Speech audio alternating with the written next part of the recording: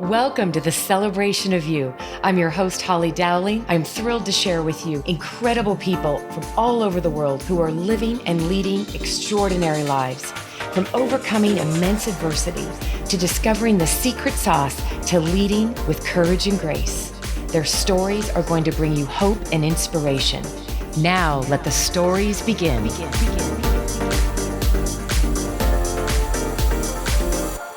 Hi, everybody, and so excited as always to share with you another amazing human being on the face of this earth. And like always, you know how I love to roll. I love to be in my own element of surprise. So there's very little I know about this incredible woman other than we were introduced by a beautiful mutual friend who we will soon brag about because she's a game changer as well. So on that note, I'm about to introduce you to this beautiful woman. Before I do, I just want to pause and say thank you to all of you out there all over the world who are listening to this show. Because as you know, this was a nudge from above to share stories, especially stories of people who have overcome adversity and living an extraordinary life. And many times I have no idea the story or what they're doing. And so I want to thank all of you as well for all the amazing nominations that you have done for incredible people around the world who we will soon be bringing to the air, and you will get to hear their stories. So keep the nominations coming. We've really loved it. And thank you to all of you who are so excited about the big thing that we're getting ready to release to the world.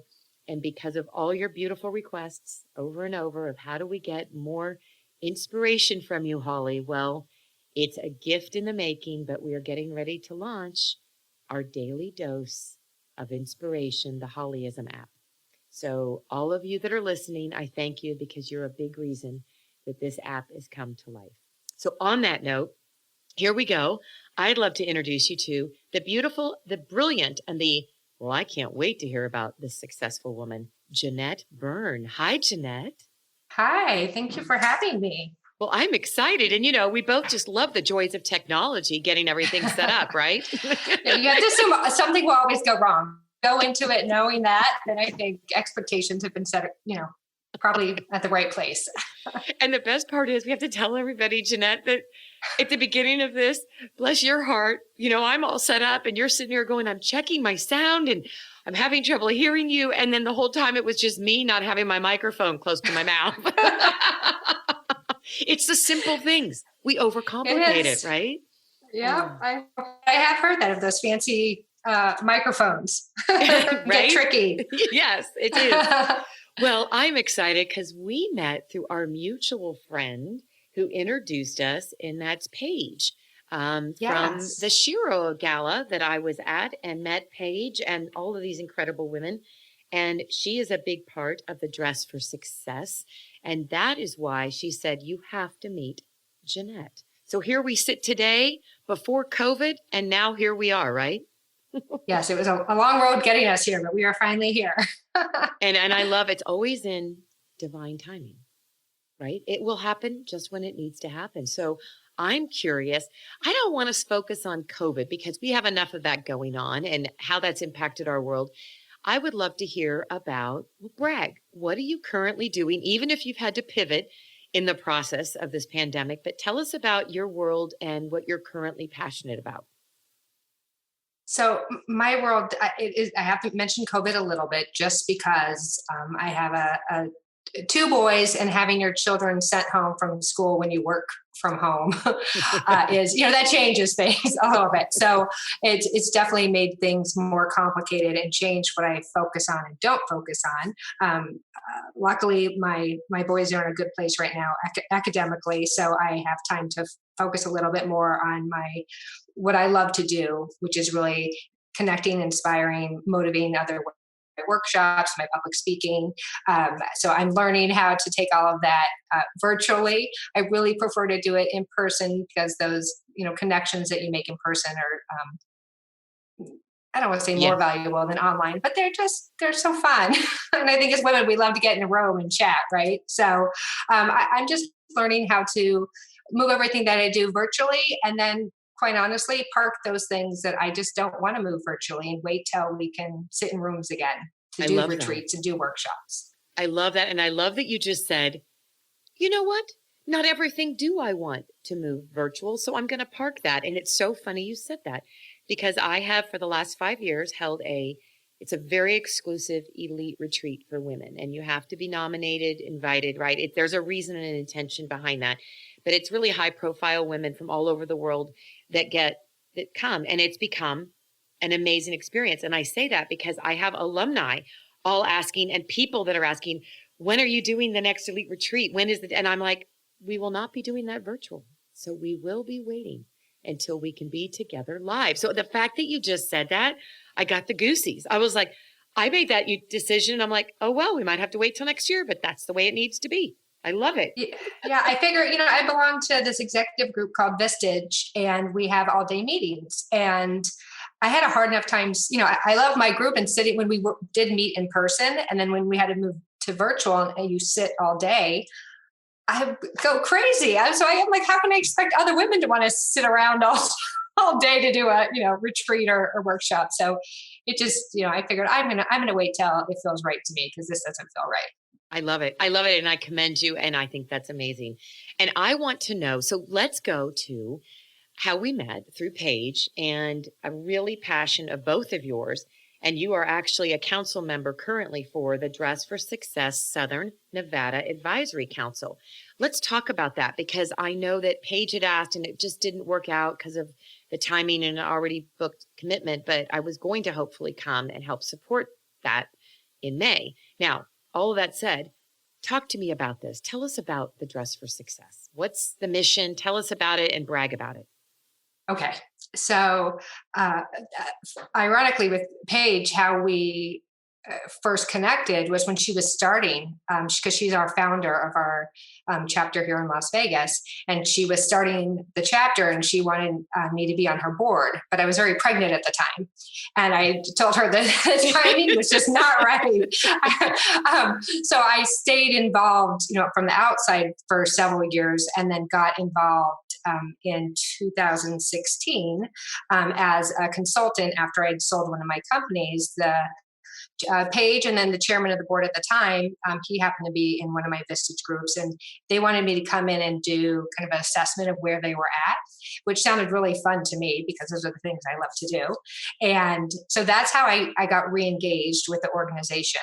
And I started as a pro bono consultant, and then became chairman of the board. And then when my term ended, I transitioned back over to the advisory council.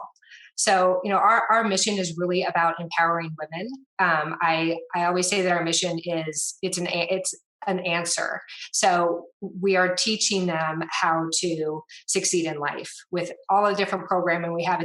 They don't just come in and get a suit.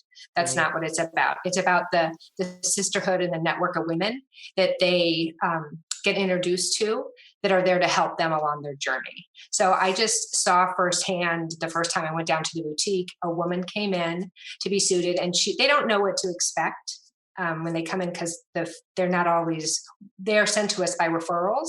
So it's not always articulated to them what to expect. And it's a beautiful boutique when you walk in. And that's not what most of these women are used to see. They think they're going to, like an office space, because it's in an office space, and they're worried. And then by the time she left, she was skipping out. She literally said, I don't even have an interview, but whatever interview I have, I'm going to get the job. And I was like, I'm sold. Like that's amazing to me. Oh, I love that. I'm literally smiling. So who would be the ideal woman walking through those doors? Tell me, are they coming from maybe, like I do a lot of volunteer work for domestic shelters and passionate about helping women get back up on their feet. I don't know what that ideal woman is for you guys. Who are you finding you're having a lot of success for? So it's all women. So we have all age groups, and they get sent. A lot of our clients are women who have not been in the workforce. So they are just transitioning back. We have it in a relationship with AARP. So helping a lot of the women that are need to learn new skill sets to adapt to all this new technology we have to use. But we help a totally wide range of women, and we don't turn people away. So the only caveat is that, it is, because it is referral based. They've all gone through either a nonprofit, whether it be a women's shelter or one of the government agencies that we work with, and then they send them in to make so that they know what to expect, and then they know if they don't have interviews set up, they come in and they get one outfit, or they get the one outfit for the interview. But then if they actually go get the job, they get to come back and get a week's worth of clothing. And our stylists help. Yeah, it's so amazing, because I mean, it's so expensive. You have to go and buy a Yes. whole week's worth of clothing, right? And then everything mixes and matches, and also give them some pointers on how to what's appropriate for an office. Or some women that we get are getting jobs in construction. We've had to run out and buy steel-toed boots before because they don't need a suit, right? Oh, I love this. I love this so much. Oh my goodness. Yeah, so we meet them where they're at, and prepare them for whatever it is that they, is their next chapter, which is, it's great. I even have a girlfriend that had worked with domestic violence victims on the front line. She would go as an advocate with the police when they were first, removing, the women from the home to get them in a safe place. And she started volunteering, and she said that what was so amazing is to see the end product, if you will, because she only ever saw the women at their lowest point, and how rewarding it is to see them on the other side coming out. Oh, I'm literally sitting here with my eyes closed and I got the goosies. I just love that. I mean, just to know that I love that you guys are doing this. I love this. And I just think, what a way to help. I mean, right now more than ever, I know there's so many people that are in a space of panic, and we are in survival, right? And to know that there's still ways to still give back and help so many women who are now having to get back up on their feet, right? And do something that they maybe not have been out there for a while for many different reasons. And that's a confidence builder. Wow, are you empowering them? Okay, so this is coming to me, Janette. And I don't even know whatever comes top of mind to you, but when you think about the time you've spent with Paige and being so involved in this, what is one of your top of mind like experiences that just makes you smile thinking about a specific woman? You don't have to share her name, but can you share a really great success story of someone? Um, it's not as much of a success story as it was I'm not sure what you would call it, but my first time down to the boutique, uh, the executive director was in a meeting. She asked one of the women that were working to give me a tour. So this lovely woman gives me a tour, and we're chatting, and she was lovely and just so fun. And I come to find out when I was meeting with the executive director that she volunteers on the weekends. She was one of our women that came in through AARP, but on the weekends she would come in to volunteer because she lived in this shelter, and she would rather come and spend the day with us at Dress for Success than be in the shelter. And I was it just, made me, it's something, but you forget that you don't know. You can't tell by looking at someone what their situation is. And I had no idea. I spent 40 minutes with this woman. I had no idea that she would go home to the shelter that night. And for me, that just was very impactful and really cemented my commitment to the organization. They are so blessed to have you. And Thank you. I can tell that the blessings are the joy you're receiving from just the experience of scenes. I love that you said too that you would never know. And that's a good lesson for all of us and everyone listening. Is I'm such a big proponent of stop putting labels on people's foreheads and stop assuming, right? There's so little we would know unless we start getting to know people. So that's such a beautiful testimony to that. Take us to, God, there's so many things. So I understand that you have your own investment firm. Tell us about that journey, because you've already sold a business. Is that correct? I have a very strange path that I went on. When people ask me what I do, people that know me just laugh because they're always like, this is funny. So I started in commercial real estate back in 2000. And I loved it. It was I like to say I didn't play with dolls as a kid. Like I played office in my grandma's office. And so I'm like not your, talk about stereotypes, right? I am not your typical woman, if you will. Like my kids, if my kids could keep me out of the kitchen, they would. Like I burn everything. Like I hate all things domestic. It's really funny. So I was in commercial real estate and I loved it. And I met my husband that way. He was moving his office to Las Vegas and they were looking at office space. So that's how we met. And we got married in 2003. So our kind of business model as a couple was that I would work on building an investment portfolio and he would do his day job. And so that's what I did. So I just focused on commercial real estate. I did a lot of work in Phoenix and Las Vegas until the market crashed. And then one of the other things that we would do is also some private lending. And so we had lent someone own avocado farm in California, and they couldn't pay us back. So on a Monday, I found that I was going to be an avocado farmer.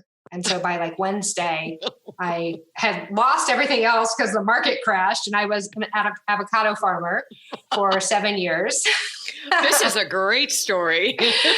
It was always my fun. I loved it. I had this time period of 7 years that I loved it when people asked me what I did, because I live in Las Vegas. So people would say, "What do you do?" And I'm like, "I'm an avocado farmer," and they didn't even know what to do with it. They would look at me like I was crazy. So we sold that company in 2015. We've owned and I say we just because my husband's my business partner. We owned an executive suites and office executive suites. We owned a golf tech franchise here in Las Vegas, and we've sold all of those. So starting a few years ago, I like to say I finally get to choose what I want to do, because I feel like my whole career things chose me. And so now I'm like, what do I want to do? I get to choose, which is really hard. It's also why you're passionate about empowering women to make choices and own their power, right? Yes, absolutely. Yeah. I really strongly feel, given my background, that it's all about choices. And it's not one choice. You make choices, millions of choices a day. I don't know if it's millions, and that might be excessive, but it's never one thing. It's your life and your success is about all these choices that you're constantly making, and whether they're good or bad, and putting you on the right path. And so I don't know that, I know that a lot of women don't recognize that. Mm-hmm. And that's where I really love to help them. It's so fun to talk to you because we have such a common passion and synergy of empowering women, and I love it. And I love everything. You're just knowing I'm still smiling about the avocado farmer. And then in a day, I became an avocado farmer. It is such an eclectic story, but your journey is what actually gives people, men and women, hope that, and my story and my journeys have been as crazy as yours. And I always have believed, even in the very worst of times and dark times, that this too shall pass, but it's a door to, if you're not willing to explore the doors that life opens up for you and God in the universe, you never know what you're going to step into. And you never know the amazing, magical, miraculous things that can happen. So it's kind of like all of these things have been a part of getting you to where you are today. I mean, I believe that. And oh, absolutely. Yeah. I mean, it's kind of like, it's cool. So you mentioned something, and I have to laugh because one of my very dearest best friends, she was identical to you. She always laughs and says, when she was a little girl, she wasn't the girl that played with dolls. She played office. And I've never met another person that had the same passion as a young girl. And the best part is her husband will now tease us, and I'll get a text message from him saying, "I'm parked outside Office Max. Donna just had to go in. She needed her fix." Oh, it's the happiest place on earth. I love office supply stores. Oh, I'm going to totally introduce you to. I mean, you too. It's just, she just she probably loves the Container Store too. That's like my happy place. Oh, I'm sure she does. And I'm going to have her listen to this because she's been a guest on my show a couple years ago. So you guys are like two peas in a pod. But take me back. So let's go back to your younger self. This is going to be fun because you were the little girl that loved to play office. Take me back. And I don't know what's going to come to mind. And you may not know either till in the moment. To your younger self, and maybe it was grade school, middle school, high school, I don't know, maybe college if you went after school, but take us to a time in your life as a younger self of you when you had a pivotal moment that whether it was facing some adversity at a younger self age, or it was maybe something extraordinary that happened, but it really was pivotal in who you are today, whether that was good or bad. I love to hear the pivotal moments that sometimes we don't even recognize and give it enough credit. What's coming to mind? Oh, I've actually been working on this a lot during the pandemic that when you're locked in your house and you spend a lot of time with yourself, even though you have your whole family with you. And something that I've been was trying to figure out and kind of struggle with is that I just like I still don't really feel successful. I feel like I've not even like scratched the surface of what I'm capable and what I could do. But my motivations have changed. And that is one of the things that I've struggled with recently is finding, I'm so passionate about helping other women and figuring out how to do that. And it really stems from that I never had that. I didn't have a mom who protected me or took care of me.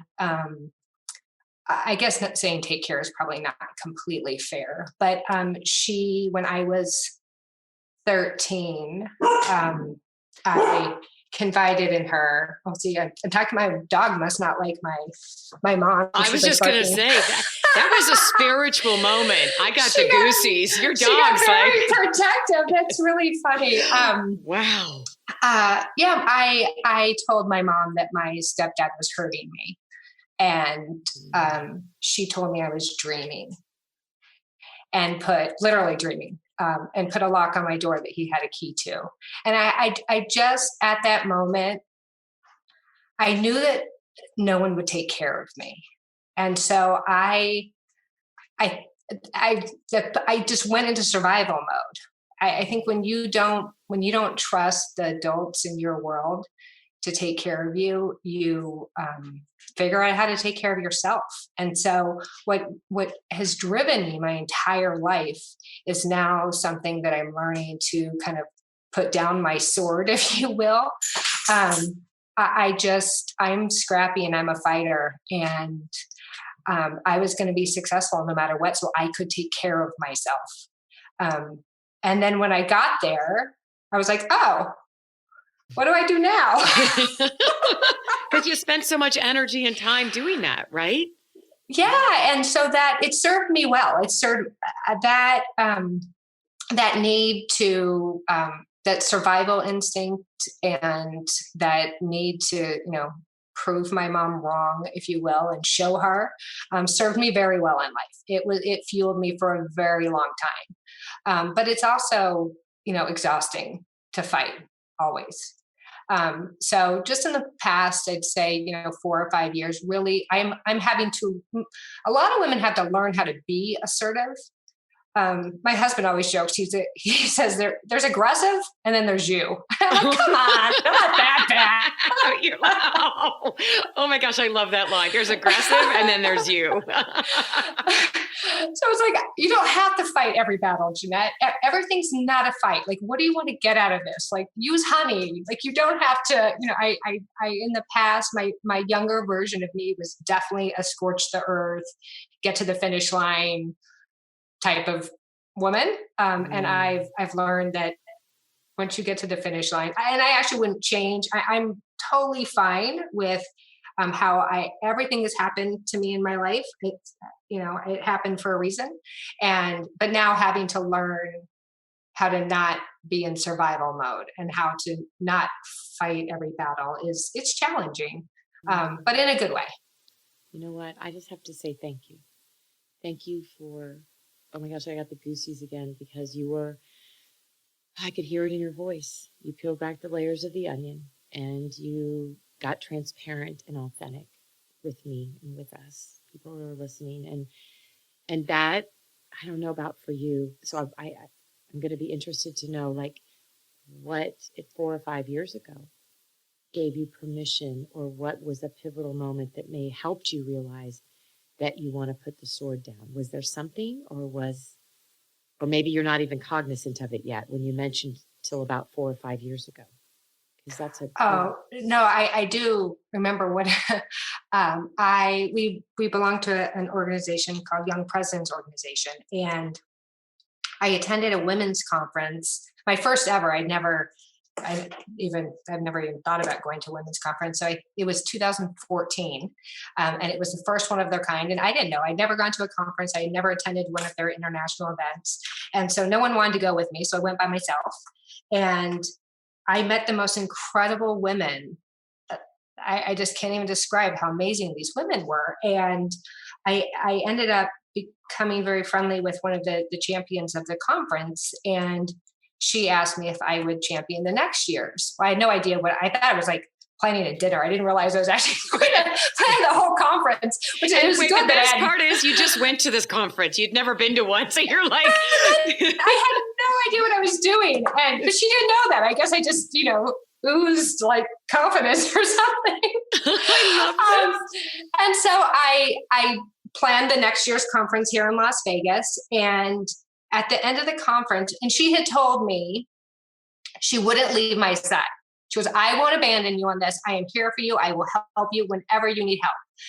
And at the end of the conference, the realization that she didn't leave me, it was the first time in my life that like a woman didn't leave me and said she would stay, right? And so that's when I really learned the value of female friend. I mean, I have girlfriends. My best girlfriend my girlfriends are amazing. My girlfriend's from college, but it was just different. It was as almost as like someone who's a little bit older than me, like a mentor, or like that stayed, that did what she said she was going to do. And I learned then, you don't have to go it alone. It's, guys have had, the old boys club forever. They've had this figured out forever, right? Right. We're like, wait, no, we need our tribes. What are we doing? So do you stay in touch with, are you close with her? Yes, I'm close with her. And the conference went on for several years, and all of us past chairs are all very close. And they are, I can call them at any time. They're my people. Oh, this is just so beautiful. And you know what, Janette, you were supposed to. I believe everything happens for a reason, but the fact that I love that you said, I don't go to conferences. I don't go to women's conferences. And then you went. It's like you were being nudged, a divine nudge that you had to be here at that conference to meet this woman that ended up being a transformational healing beginning for you. Like, that's so amazing. It wasn't about the conference. It was so much more than that. It was about this relationship that was going to help you. I love this. Oh, you've got me kind of in a pause. I love these kind of moments. And don't you love that your dog, the only time we heard the dog bark was when you said the word mom. Wow. Wait till you hear this. You're going to freak. I'm going to laugh. It's so true. She's my little protector. And if I didn't have her in my house right now, she would be, scratching at my door. So she's here to protect me. She is. And she's your guardian angel. And they say there's a lot of spiritual cool things about pets too. So she is Janette's very, very much protector. And then it also makes sense why it all plays beautiful that you're wanting to do so much giving back for women, because there's a lot of women, isn't it interesting, Janette, that 10 years ago, we weren't even talking about like sexual abuse, especially within families, right? That topic was such an under the rug. And now the more we can share, like I just 3 years ago shared a very, very dark part of my past. And I'll tell you, I was scared to death to tell people about it, honestly, because I thought, who would want to buy damaged goods? I'm a global speaker, right? I mean, and it was the things that we put in our head. I didn't realize how many people's lives would be impacted even more so. So when somebody as amazing and beautiful as you shares something like that, yeah, you're starting to heal. I said to myself once, boy, when I reveal, we heal even more.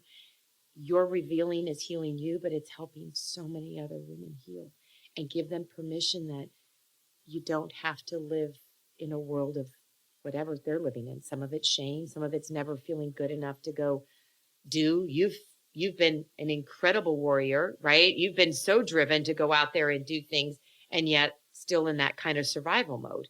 So I commend you.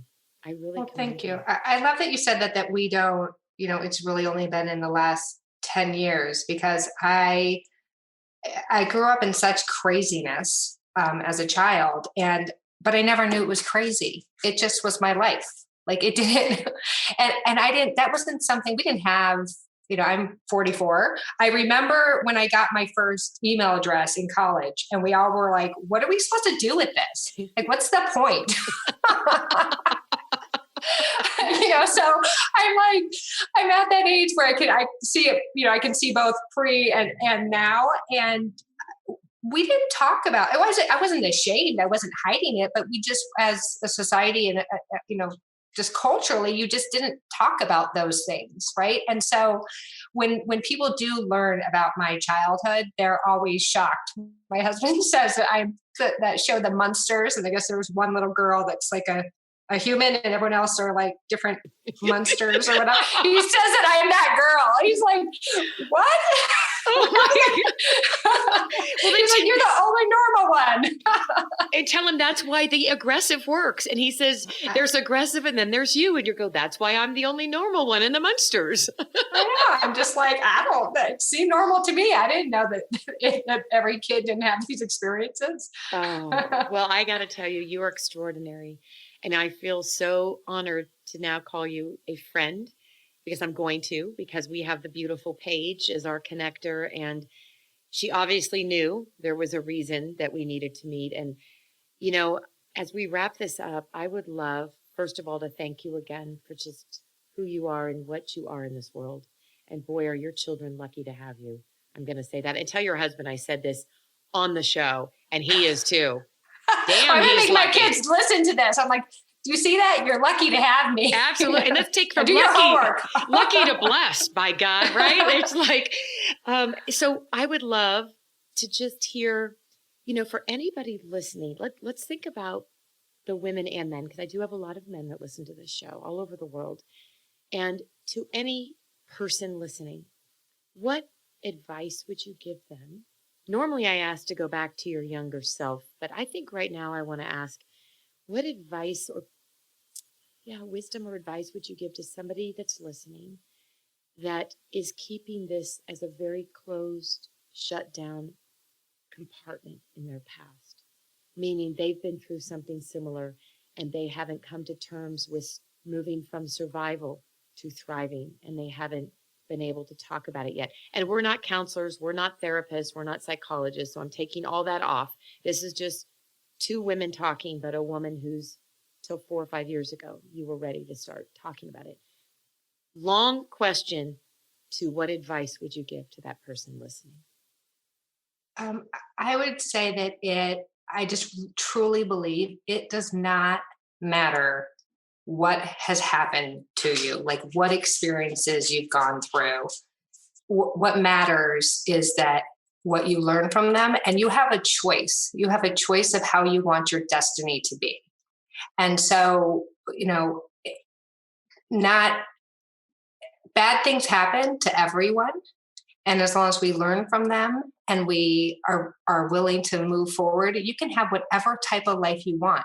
As long as you identify what that is and are willing to work hard to get it, you can have it. There's nothing in your way except for you. Amen, sister. We're the best at being in our own way. Right? I talk to myself sometimes. I'm like, okay, mean girl, get out of here. You are not invited to this party. Just like you freaked out when the team told you, get ready to share your story. And you're like, what? I don't have a plan. I need to know what the plan is. And you're like, that darn Holly isn't giving me a plan. There's no script. I know. I listened to a few of your podcasts and I said, okay, so because I thought there has to be a set of questions she asked everyone. No, there wasn't. Nope.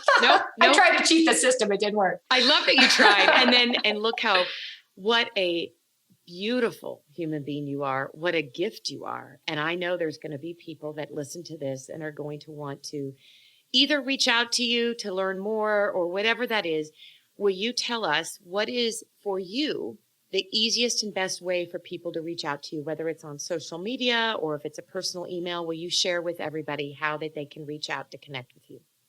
Yes. So the easiest way would be to just go to my website, which is JanetteByrne.com. And all of my social media handles are there. And there's also a way to email me through my website. So everything is housed in one place. So that's probably the easiest way. I love that. And your name and all of that information is attached to the blog. So if you're listening to this, make sure to go look at the blog that went with this. And then you will see her website and how she spells her name. And even if you want to send her a thank you, because when we're willing to reveal, we do heal, but we help others. And when you know that even if one person's life was touched just by this moment, it meant everything, because that's what life's all about, right? Yep, absolutely. One person can make a world of difference, right? I know, dear friend. I can't wait to actually meet you in person when that time can happen, because, we'll make sure Paige is there and we're going to just have all hugs. I don't care about COVID. We'll hug. No, I'm just kidding. I agree. Well, thank you, Janette. Thank you so much, my friend, for being with me. Thank you for joining me for another awesome celebration of you. If you were inspired by this story, please share it with your family and friends and hashtag Your Story Matters. I'd love to hear from you, so please leave a comment on iTunes. And absolutely, please come to my website, hollydowling.com. Leave a comment there too, and while you're there, pick up your free gift. Most importantly, though, just remember that your life is a gift from God. What you do with it is your gift back.